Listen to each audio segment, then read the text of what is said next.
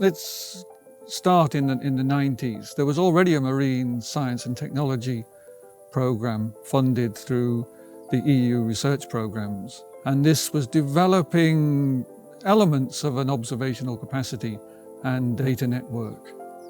But it was in bits and pieces. Now, what to do with all of this? How to bring it together? 2003, 2005, GEO came forward with the GEOS proposal, a system of systems. And this was the first idea of having this distributed observation capability in which the systems retained their own autonomy, but all of the data was made accessible. Copernicus was looking after the satellite capability, but there was a real need to have this in situ capability. This is what EMODnet built on. There were two critical points that EMODnet addressed and is addressing. The first is sustainability, and the second is fragmentation. The data had to be findable, accessible, interoperable, reusable. In other words, it has to comply with the FAIR principles. And I think EMODnet has done a fantastic job. You do now really have a situation in which you take the data once and you use it many times.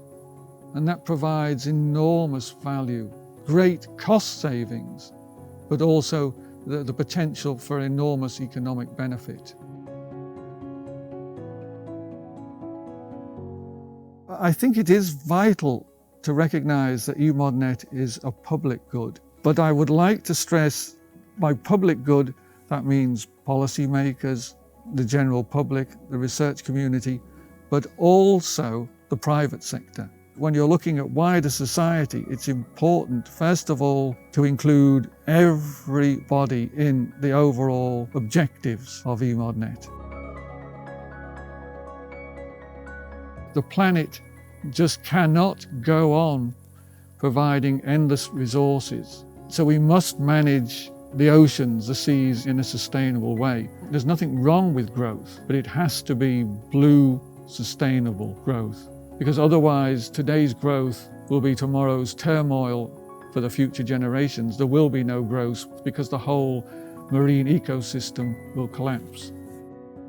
Without EMODnet, I honestly do not believe it will be possible to achieve, on a reasonable timescale, policies that allow you to actually sustainably use Europe's marine resources whilst conserving them for future generations.